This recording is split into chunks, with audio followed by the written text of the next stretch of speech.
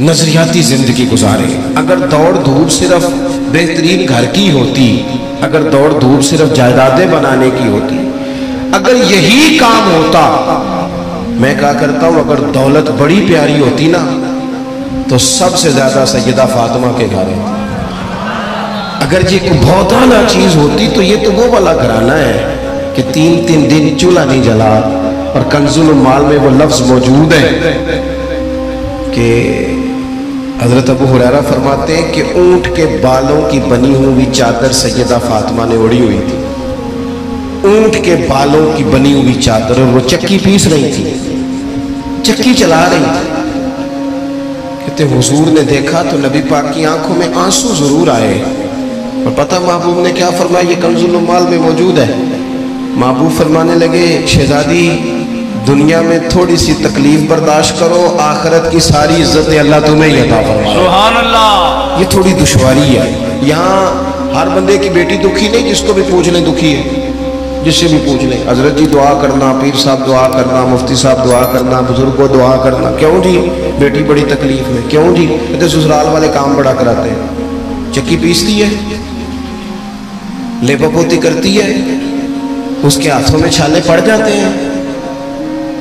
ایسا ہوتا ہے کہ ستو کبھی آ جائیں تو پھر سارا دن ان ستووں پہ ہی گزر جائیں. کبھی ایسا ہوتا ہے کہ 3 دن روزے رکھے جائیں اور ایک کھجور اور ایک پانی ملے افطار سحر کے وقت. یوں بھی کبھی وقت گزارا. اور میرے عزیزوں یاد رکھنا، ہم نے جو مزاج اختیار کر لیا ہے نا اس وقت، یہ جو پوری دنیا میں گاڑیاں بھاگ رہی ہیں، ملک سے باہر لوگ جا رہے ہیں، دولتیں جمع ہو رہی ہیں، یہ ضروریات کا رٹا نہیں، یہ ضروریات نہیں، یہ خواہشات ہیں. ضروریات تو پوری ہو رہی تھی لیکن وہ جو خواہشات کی تکمیل تھی، وہ جو پڑوسیوں کی بڑی کار ہمیں پریشان کر رہی تھی، وہ جو گھر کے سامنے ایک پلاٹ تھا اور دل کر رہا تھا حویلی نہ بنا لوں، وہ جو ٹینشنیں تھی انہوں نے بہت بھگایا، لوگوں کو تھکا دیا. نظریاتی زندگی، اور نظریاتی زندگی میں کچھ کرنے کا عہد، کچھ ارادہ کیا جائے کچھ کام کرنے کا. دیکھو سارے لوگ ساری ڈیوٹیاں تو نہیں کر سکتے. میں یہ مائک اپریٹ نہیں کر سکتا، تو پھر میرا خیال ہے مجھے اس بندے کی بھی قدر کرنی چاہیے جو اسے چلا سکتا ہے. جو کام میں گاڑی میں سفر کرتا رہتا ہوں، وہ کہاں گھوم آتے ہیں تو میں تو سو جاتا ہوں کئی دفعہ گاڑی میں، لیکن ڈرائیور کو لوگ ڈرائیور کہہ کے پکارتے ہیں، حالانکہ تو سویا ہوا تھا، وہ تو جاگ رہا تھا. اس کی اہمیت کو سمجھنا چاہیے.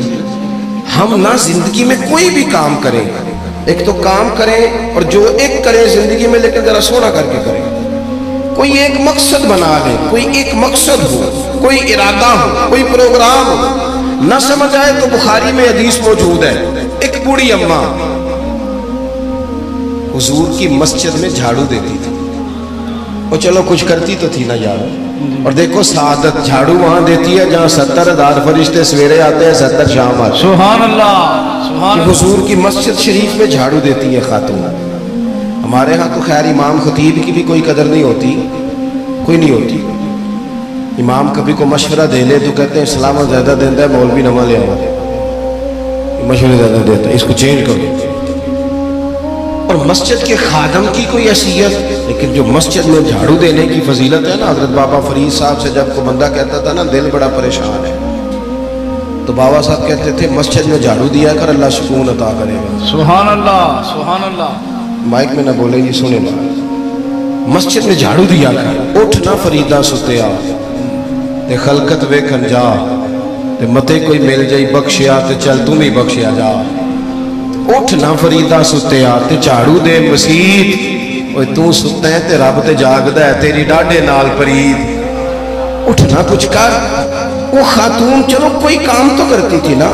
دیکھو نا گلی سے گزرتے ہیں لوگ، وہاں کھڈا ہے، سب کا موٹر سائیکل گاڑی سب تنگ ہوتے ہیں. جو بندہ بھی گزر رہا ہے نا روڈ پہ، وہ تبصرہ کر رہا ہے کہ دیکھو بلدیہ والے صحیح نہیں کراتے. تبصرہ جو سارے کرتے ہیں، تو ایک کئی تے ایک دا بڑا، 2 بندے درکار ہیں، راستہ ٹھیک ہو جاتا ہے. پر اتنی محنت کرنے کو کوئی تیار ہے، کیونکہ ہمارے ملک میں جو شے سب سے عام ہے وہ تبصرہ ہے. تبصرہ کرو صبح شام جتنا ممکن ہے، تبصرے کرو، ڈیوٹی یہی ہے ہماری.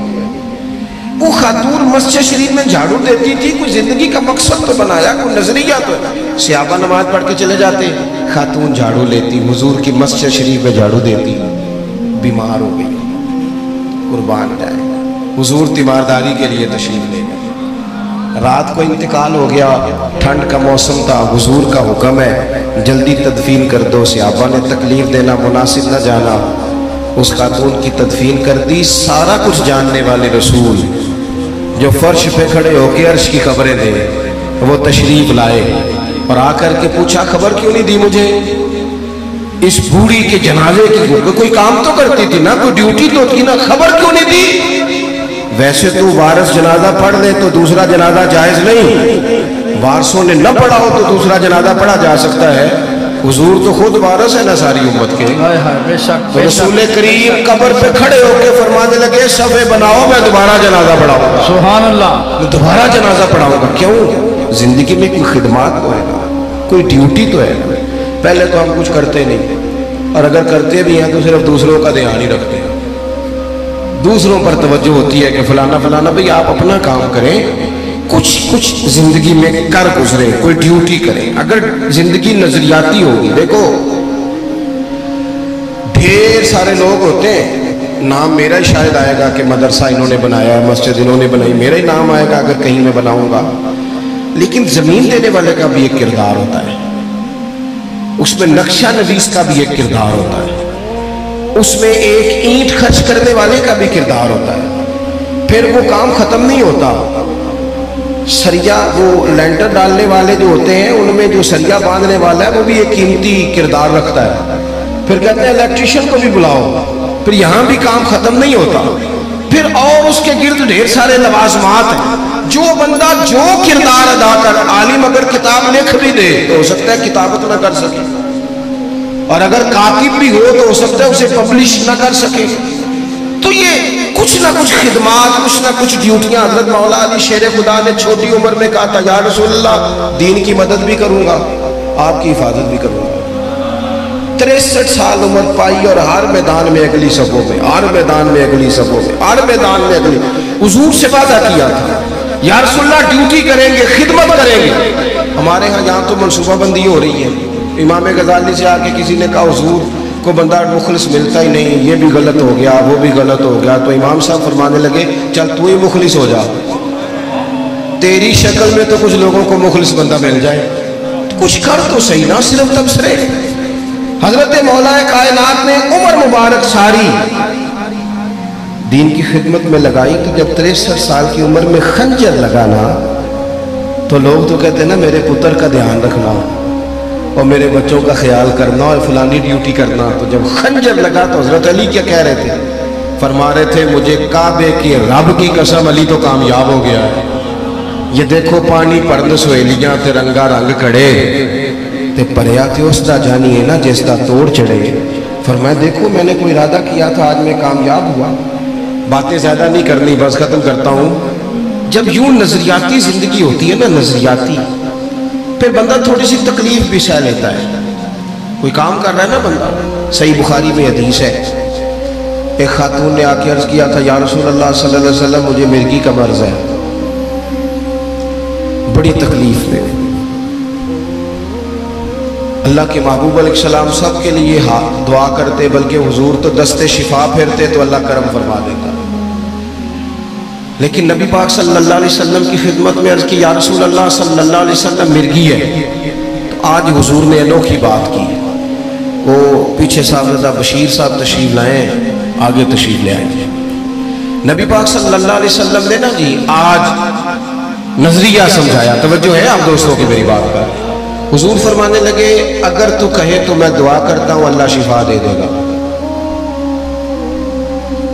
اور اگر تو کرے صبر، معنی کیا ہے؟ مرگی کے ساتھ ہی گزارا کرے، اگر کرے صبر تو پھر میرا وعدہ ہے رب جنت عطا کرے گا۔ سبحان اللہ۔ ویسے ہم پیر صاحب کے پاس، سید صاحب کے پاس، بزرگوں کے پاس جائیں، پیر صاحب ہمیں کہیں کہ گوڑا ٹھیک کرانا ہے درد کہ یہاں جنت چاہیے، ساڑھا کی جواب ہے اے گوڑے دا کچھ کرو نا جی، اس فون نہیں دیتا، یہی جواب ہے نا۔ لیکن نظریاتی لوگ نظریاتی ہوتے ہیں۔ نبی پاک صلی اللہ علیہ وسلم نے فرمایا کہ تو بتا، اگر تو کہے تو دعا کرتا ہوں اللہ شفا دے دے گا، اور اگر صبر کرے تو پھر تیرے لیے جنت ہے۔ اس خاتون نے 1 منٹ نہیں لگایا سوچنے پہ، یہ نظریاتی لوگ ہوتے ہیں۔ عرض کی یا رسول اللہ آپ دعا کر دے رب مجھے جنت ہی عطا کرے۔ سبحان اللہ۔ کیا مطلب کہ میں گزارا کر لوں گی مرغی کے ساتھ، صبر کر لوں، مجھے اللہ جنت دے۔ حضور نے دعا کر دی۔ خاتون عرض کرنے لگی حضور جب مرغی ہوتی ہے تو جسم سے کپڑا ہٹ جاتا ہے، حیا آتی ہے، خاتون ہوں، عورت ہوں، تکلیف محسوس کرتی ہوں۔ محبوب نے دعا کر دی۔ صحابہ کہتے ہیں جتنی بھی مرغی ہوتی تھی اس کے کپڑے نہیں جسم سے ہٹتے تھے، جتنی مرضی بھی ہو کپڑا قائم رہتا تھا۔ دیر تک وہ بوڑھی اماں زندہ رہیں۔ خواتین ایک دوسرے سے کہا کرتی تھی کسی نے جنتی دیکھنی ہے تو اس بی بی کو دیکھو، اسے دنیا میں حضور نے جنت کی بشارت دی۔ سبحان اللہ۔ نظریہ ہوتا ہے، نظریہ۔ ویسے آنا جانا، تصویریں بنانا، گھومنا پھرنا، پلاننگ کرنا چلتا رہتا ہے، لیکن جو نظریاتی لوگ ہوتے ہیں انہیں ذرا تھکاوٹ بھی تھوڑی ہوتی ہے۔ نظریے کے لیے کام کر رہے ہیں نا، وہ بھاگتے ہیں، ان کا بھاگنا انہیں تھکاتا نہیں۔ جب آپ نظریاتی ہیں تو صبح قیامت میں نظریاتی اور غیر نظریاتی لوگوں کا نتیجہ کیا ہے؟ یوم نحشر المتقین الی الرحمن وفدا۔ اللہ فرماتے ہیں یہ جو متقی ہوں گے نا انہیں رب کی بارگاہ میں پیش کیا جائے گا قیامت میں، پر مہمان بنا کے پیش کیا جائے گا۔ ان کا میزبان رب ہوگا، چونکہ انہوں نے زندگی تقوی میں گزاری، محتاط وقت گزارا۔ وَنُسُوقُ الْمُجْرِمِينَ إِلَىٰ جَهَنَّمَ وِرْدًا۔ اور یہ جو مجرم ہیں انہوں نے جرم کیے، من پسند زندگی گزاری، فرمایا انہیں پیاسے ہانک کے دوزخ میں پھینک دیا جائے، پیاسے ہانکے جائیں گے جہنم کی طرف۔ اپنی زندگی میں کچھ ارادہ کریں۔ دیکھیں دھوپ چھاؤں آئے گی، وہ ہمارے یہاں کچھ لوگ کہتے ہیں دکھی بڑے ہیں جی، ہنسے کیسے؟ تو میں کہا کرتا ہوں کہ اتنی تکلیفیں کسی کو نہیں آئیں جتنی حضور کو آئی ہیں۔ پر آپ فرمان پڑھے، حضرت حارث بن عبداللہ کہتے ہیں میں نے تو مدینے والے محبوب کو جب بھی دیکھا مسکراتے دیکھا ہے۔ سارے کام 7 سال چلتے ہیں لیکن اپنی زندگی میں کوئی مقصد ہونا۔ یہ جن بزرگوں کے ہم آراس میں آتے ہیں نا، انہوں نے کوئی مقصد حیات بنایا۔ یہ مت سمجھنا کہ ساری زندگی پھولوں پہ گزری، یہ عرس وغیرہ یہ سارے کام بعد میں ہوتے ہیں، ورنہ ڈھیر سارے صوفیہ ایسے ہیں جنہوں نے روڑے کھا کے وقت گزارا، بڑے ٹھیک ٹھاک روڑے کھائے، بڑی تکلیفیں برداشت کی، اور ان کی اگر آپ تاریخ پڑھیں گے تو بڑا کچھ ان کے ساتھ کیا گیا، بڑے معاملات ہوئے۔ ایسا نہیں یہ شہادت گاہ الفت میں قدم رکھنا لوگ آسان سمجھتے ہیں مسلمان ہونا، یہ بڑا مشکل کام ہے، اس سے ہو کے گزرنا پڑتا ہے۔ لیکن ڈیوٹی کریں، کوئی کام کریں، کچھ اپنے ذمے لیں۔ یہ جو ہم وقت گزار رہے ہیں نا جی، آپ یہاں کیوں بیٹھے کہتے ٹائم پاس کر رہا ہوں، تو میں کہتا ہوں اتنا ٹائم کہاں سے آیا جو آپ کو پاس کرنا پڑا؟ بہت سارے لوگ کہتے ہیں جی میں بور ہو رہا ہوں، تو میں کہتا ہوں یار بور ہونے کا ٹائم بھی تو ہونا چاہیے نا بندے کے پاس۔ آپ کے پاس ٹائم زیادہ ہے اس لیے بور ہو رہے ہیں، ہمیں تو ٹائم ہی نہیں ملتا بور ہونے کا۔ تو جب کوئی کام کرنا ہے آپ نے، جب آگے بڑھنا ہے، کچھ مقاصد حسنہ حاصل کرنا ہے، کچھ امور خیر سر انجام دینے، پھر زندگی میں ان کو طے کریں اور ان پر کام شروع کر دیں۔